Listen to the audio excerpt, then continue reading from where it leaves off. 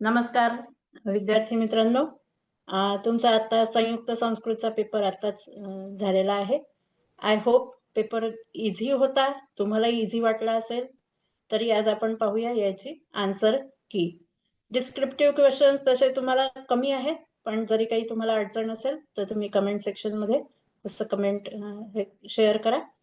त्याची तुम्हाला मी आन्सर्स देण्याचा प्रयत्न करेन. ठीक आहे, आता पाहूया आपण.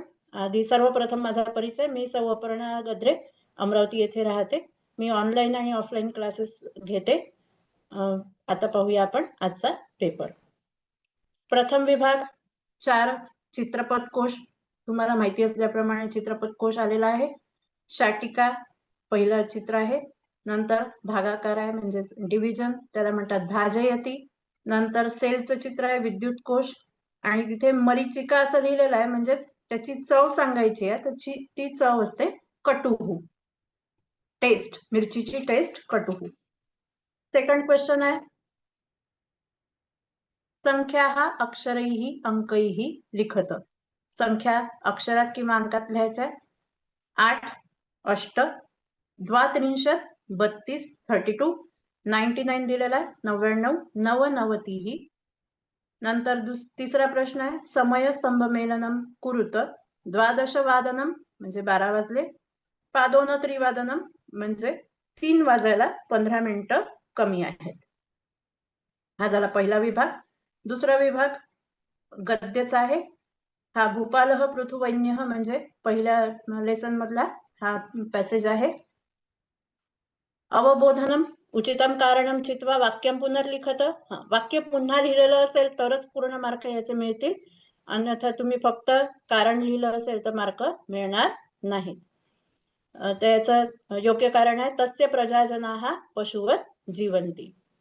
कः कम वदति, कोण कोणास म्हणाले. तत्प्राप्तुम यतस्व इति पुरोहितः राजानम अवदत. राजांनी पुरोहितांनी राजाला म्हटले. अमरकोशात शब्दम योजयित्वा वाक्यम पुनर्लिखत. राजाच्या खाली अंडरलाईन केली आहे, तर राजासाठी अमरकोशात आलेले शब्द, मग तिथे तुम्ही नृपः लिहू शकता, भूपः लिहू शकता किंवा पार्थिवः. अजून दुसरेही आहेत, तर त्याच्यातलं कोणताही शब्द अमरकोशातलं लिहिलं तरी चालणार आहे. शब्दज्ञानम गद्यांशात 2 सप्तमी विभक्त्यांत पदे चित्वा लिखत. 2 सप्तमी विभक्तीची पद लिहायची आहे. एक आहे प्रयाग क्षेत्रे आणि एक स्वराज्य. नंतर आहे विशेषण विशेष्य मेलनम कुरुत.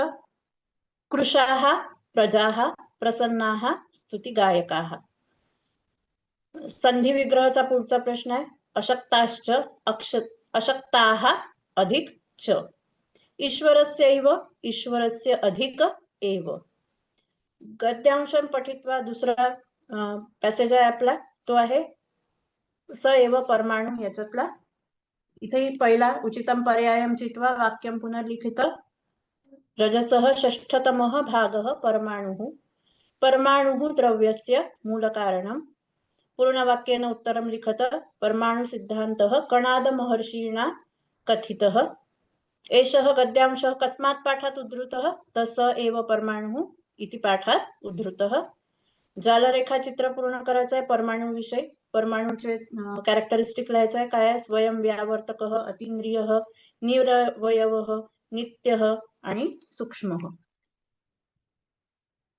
नंतर आहे पुढचा, गद्यांशम पठित्वा सरलार्थम लिखत.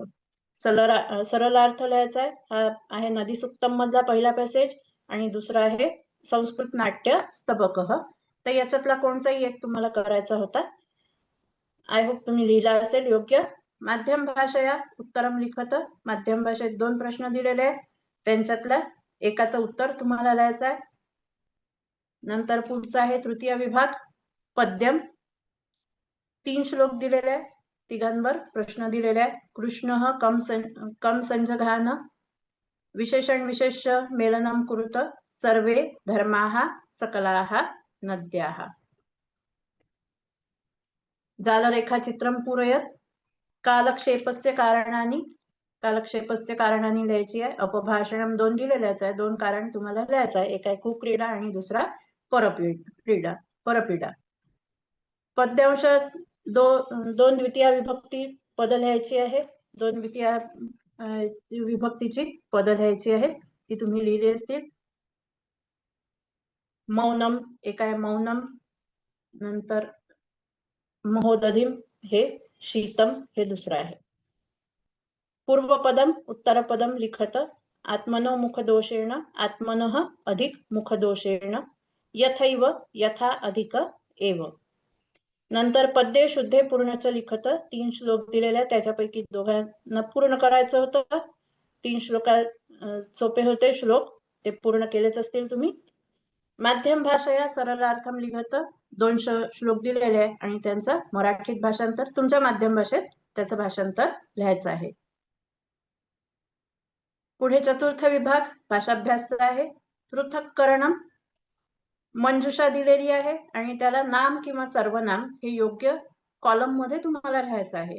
नाम जंबुकः भारतस्य हे नाम आहेत आणि सर्वनाम के तस्मात येन हे सर्वनाम आहेत. पुढचा दुसरा टेबल आहे क्रियापद आणि धातुसाधित विशेषणांचा. क्रियापद आहे गच्छतु, प्रार्थयत, नंतर निवसती.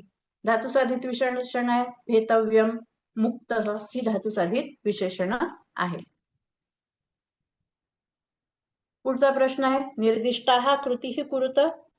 4 कृती दिलेल्या, त्यांच्यापैकी 2 पूर्ण करायच्या. संख्यावाचक, आवृत्तीवाचक किंवा क्रमवाचक मध्ये.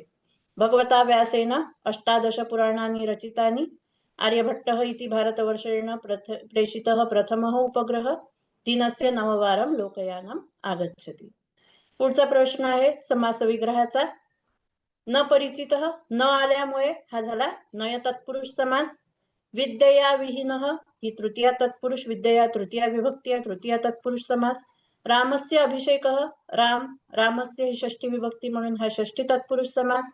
पूर्णा नाम नदी कर्मधारय समास.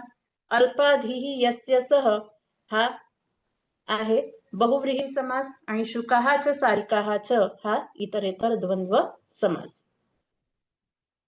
मंजुषातः समानार्थक शब्दान विरुद्धार्थक शब्दान चित्वा लिखत. मंजुषा दिलेली आहे, ऑप्शन दिलेले आहे, समानार्थी आणि विरुद्धार्थी शब्द ओळखायचे. शीलम चारित्र्यम, प्रभुतम न्यूनम, रतः मग्नः, पुरतःचा अपोजिट आहे पृष्ठतः. नंतर पुढचा आहे योग्यम पर्यायम चिनुत. धीराः न्यायात पथ पदम न प्रविचलंती. कर्तुवाच्य आहे की कर्मवाच्य आहे, तर हा कर्तुवाच्य आहे. धीराः म्हणजे ही प्रथमा विभक्ती, कर्त्याची प्रथमा विभक्ती म्हणून हा कर्तुवाच्य. त्वम इदानीम एव संन्यासम स्वीकुरु. हा त्वम इदानीम एव संन्यासम स्वीकुरु, हा स्वीकुरु हे योग्य ऑप्शन आहे. निर्धनम पुरुषम तु मित्राणि अपि त्यजंती. पुरुषमचं विशेषण निर्धनम म्हणून पुरुषम सारखं निर्धनम हे ऑप्शन आलेलं आहे तिथे. आणि विशिष्ट विभक्ते उपयोगम कृत्वा वाक्य निर्माणम कुरुत हा शेवटचा प्रश्न. 4 तुम्हाला अव्यय आणि क्रियापद दिलेली आहे, त्यांच्यापैकी तुम्हाला 2 याची वाक्य तयार करायची होती, वाक्यात उपयोग करायचा होता. आय होप तुम्हाला या आन्सर कीचा उपयोग झालाच असेल.